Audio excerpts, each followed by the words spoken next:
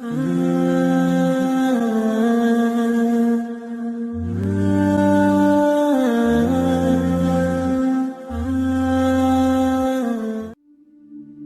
تہجد کی ہے تو محبت سے سنیے گا۔ تہجد کی نماز وہ واحد نماز ہے جو مؤذن کی نہیں بلکہ دل کی اذان پر پڑھی جاتی ہے۔ لوگ لاکھ کہیں یہ ممکن نہیں، لیکن میں نے تہجد سے تقدیریں بدلتی دیکھی ہیں۔ تہجد کے وقت اگر آنکھ کھلے تو سمجھ لو کہ بلاوا آسمان سے آیا ہے۔ ایک درد بھری رات اللہ کے روبرو بیٹھ کر گزر جائے تو زندگی کی باقی راتیں جاگ کر نہیں گزارنی پڑتی۔ اور جانتے ہو سکون کیا ہے؟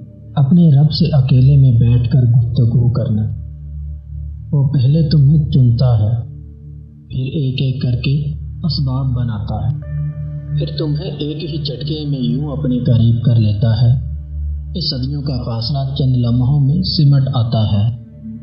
واقعات و حادثات اور حالات خود پیدا نہیں ہوتے، کسی کا زندگی میں آنا اور چلے جانا اتفاق نہیں ہوتا۔ ہر چیز میں مصلحت پوشیدہ ہوتی ہے۔ تم جب خود اس کی طرف نہیں جاتے تو تمہیں اس کی طرف کھینچ کر بلایا جاتا ہے تاکہ تم اس افضل پہر میں اٹھ کر اللہ کو منا سکو، جس میں مانگی گئی دعائیں کبھی رد نہیں ہو سکتی۔ یہ تڑپ اس لیے پیدا کی گئی تاکہ اللہ تمہیں اپنے بے حد قریب کر سکے۔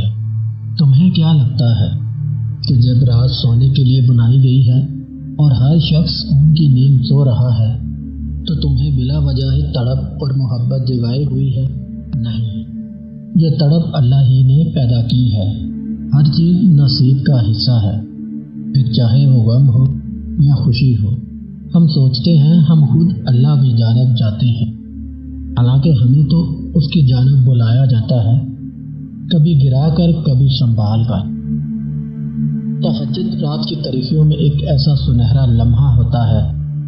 ایک بندہ اپنے خالق سے سرگوشیوں میں گفتگو کرتا ہے جب عرش اور فرش میں کوئی فاصلہ باقی نہیں رہتا، نہ ہی آنسوؤں کا کوئی اختیار ہوتا ہے۔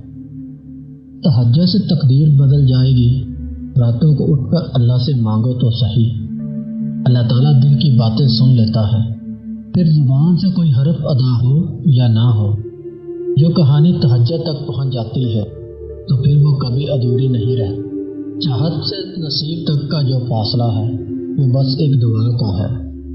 تہجد میں بہنے والا ہر آنسو اللہ سے کن کہنے کی سفارش کرتا ہے۔ بات تہجد کی ہے، ذرا محبت سے سنیے گا۔ تہجد کا وقت اپنے رب کو منانے کا وقت ہے، اپنے دل میں چھپی تمام دعائیں مانگنے کا وقت ہے۔ وہ دکھ جو آپ کو رات بھر سونے نہیں دیتے، ان کی مرہم تہجد میں موجود ہے۔ اگر تم تہجد کی نماز تک پہنچ جاؤ تو سمجھ لینا کہ اللہ نے تمہیں اپنے قریب کر لیا ہے۔ یاد رکھیے گا، دعاؤں کا رنگ نہیں ہوتا، مگر جب یہ رنگ لاتی ہے زندگی میں تمام رنگ بھر جاتے ہیں۔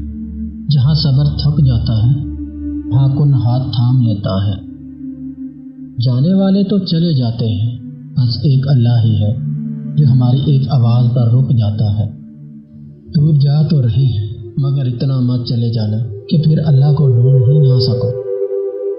تہجد کے وقت اٹھ کر اللہ کی عبادت اور ذکر کرنے کے بعد باقی دن کے معاملات کی تیاری کرنے والا شخص اس کامیاب بادشاہ کی طرح وقت گزارتا ہے، جس نے سلطنت کی باغ دوڑ سنبھالنے کے بعد تمام معاملات کا بغور جائزہ لینا شروع کر دیا ہو۔